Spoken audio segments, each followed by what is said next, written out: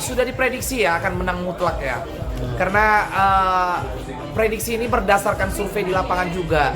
Apalagi aku caleg legislatif yang pendukungnya Bapak Prabowo yang turun ke Sumatera. Jadi selama di Sumut 4 bulan itu saya lihat animanya begitu besar. Baik bahkan dari anak-anak kecil milenial itu sangat kuat untuk dukungan kepada Pak Prabowo dan Gibran. Dapil mana? Aku dapil 2 Sumut. Dapil 2 ya, Sumut Iya, ya? dapil 2 Sumut. Abang nih, apa sih membuat abang nih termotivasi untuk melaju ke legislatif? Gimana nih? Apa yang membuat abang? Aku kader Demokrat dan kita di Demokrat itu lagi mempersiapkan lapangan pekerjaan buat anak-anak Indonesia. Ketetapan fokus kita itu, aku mau buat program ikatan kerja untuk luar negeri, negara-negara maju seperti Eropa dan Inggris, seperti Australia dan Inggris. Ini yang menjadi programnya aku. Jadi karena aku ada di Demokrat, jadi aku pakai peluang ini bagaimana aku supaya bisa jadi perpanjangan tangan lah buat masyarakat Indonesia yang bisa meluruskan program ini nanti, mengaplikasikan program ini sama masyarakat Indonesia.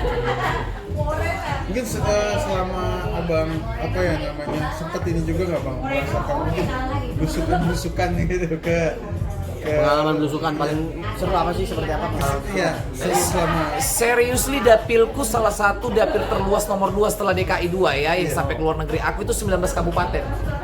19 kabupaten kota sampai ke Pulau Nias tuh. Jadi 4 bulan ini aku biasa tidur di hotel-hotel di pinggir jalan. Belusukan dari satu kecamatan, kelurahan di semua dapilku di Sumut 2 tadi di 19 kabupaten itu. Jadi masuki hutan, bahkan melewatin jalan yang melewatin sungai itu aku udah biasa. Jadi pengalamannya memang kaya sekali.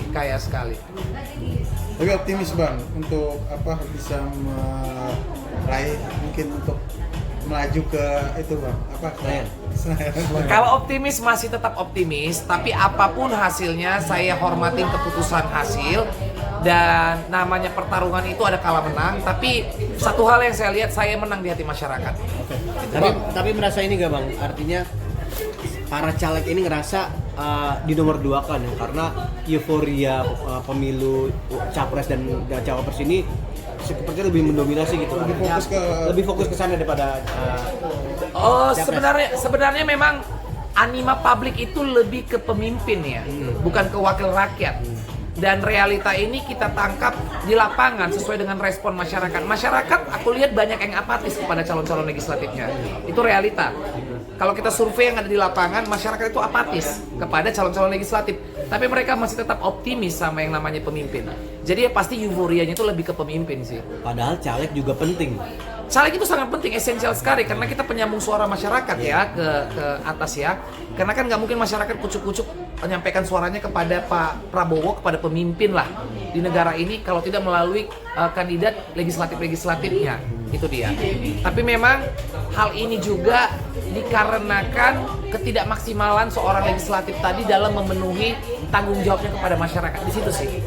Oke, Bang, ketika lo nanti terpilih menjadi wakil rakyat atau diberikan kuasa kepada rakyat untuk menjadi seorang pemimpin di Senayan, program apa yang lo harus tuju untuk rakyat? Oh, yang pertama udah pasti lapangan pekerjaan untuk luar negeri. Aku mau buat corporate itu untuk luar negeri dan aku akan melakukan banyak kerjasama dengan Kementerian Luar Negeri dan Kementerian Tenaga Kerja kita. Bagaimana kita punya banyak corporate untuk negara-negara maju seperti Eropa dan Australia dan Timur Tengah. Gimana supaya income orang-orang Indonesia itu baik. Karena selama kita corporate di Indonesia, realita kita sekarang ini income itu nggak sesuai. Kita nggak bisa pungkirin itu.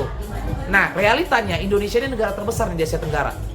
Dan kalau kita jalan ke Timur Tengah, kita jalan ke Eropa, kalau kita jalan ke Australia, itu mendominasi China sama Filipina dan Thailand nih yang kerja di sana. Kenapa nggak orang Indo ya? Sementara masyarakat kita banyak nih. Nah ini yang buat saya, karena saya sering punya kegiatan bisnis di luar. Sering kali, setiap kali saya di Qatar, Dubai, atau saya lagi ada di Eropa, atau lagi dia ada di Australia, kenapa ya nggak orangnya aku ya? Kenapa orang Filipina ya? Kenapa orang Thailand ya?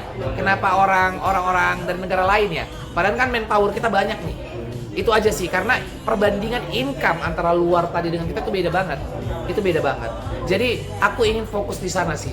Sama yang kedua, kaderisasi persiapan anak-anak muda untuk jadi pemimpin-pemimpin atau legislatif baru. Aku rindu nih anak-anak muda yang duduk di legislatif.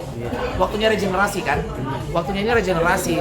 Jadi kaderisasi tadi itu penting untuk mempersiapkan pentolan-pentolan anak-anak muda yang akan kita dudukkan di panggung legislatif. Terlebih suara perempuan. Oh iya, oke. Itu goalnya aku. Perempuan harus terjun ke politik dan duduk di legislatif. Berbicara anak muda, banyak anak muda yang masih buta politik. Harus seperti apa? Anak muda skeptis karena ukurannya materi. Karena dia merasa ruang lingkupnya terbatas karena dia nggak punya materi dibandingkan orang yang senior. Dia punya hati punya, dia punya prestasi punya, tapi secara materi dia nggak punya. Karena untuk sosialisasi dan belusukan dan untuk penjangkauan itu kita butuh materi. Apa isunya? Materinya harus kita perbaiki dulu. Bagaimana mereka punya materi yang baik untuk sanggup memenuhi cost-nya mereka di lapangan. Itu poinnya. Bang, mungkin ini juga nggak sih artinya ke depan kan mungkin ada sebagian orang nih menilai nih anggota dewan itu apa dalam tanda kutip nih mungkin kerjanya masih kurang gitu. Ada rencana juga nggak Bang untuk mungkin merubah mindset masyarakat pada umumnya gitu tentang anggota DPR selama ini? Saya nggak bisa merubah mindset masyarakat tanpa dikasih kesempatan menunjukkan bagaimana bekerja. Kenapa? Karena justru hal itulah saya turun jadi legislatif supaya saya bisa menunjukkan begini loh bekerja. Itu yang saya lakukan. Saya nggak bisa kasih peluang itu saya nggak bisa melakukan itu kalau peluang duduk itu saya nggak punya. Kecil sekali, bukan berarti total nggak bisa, tapi saya bisa punya peluang, tapi kecil karena saya nggak punya ikatan di birokrasi. Tapi kalau saya ada power otorisasi di birokrasi, saya bisa melakukannya dan menunjukkan kepada publik begini loh cara bekerja, begini loh cara berprestasi. Itu dia.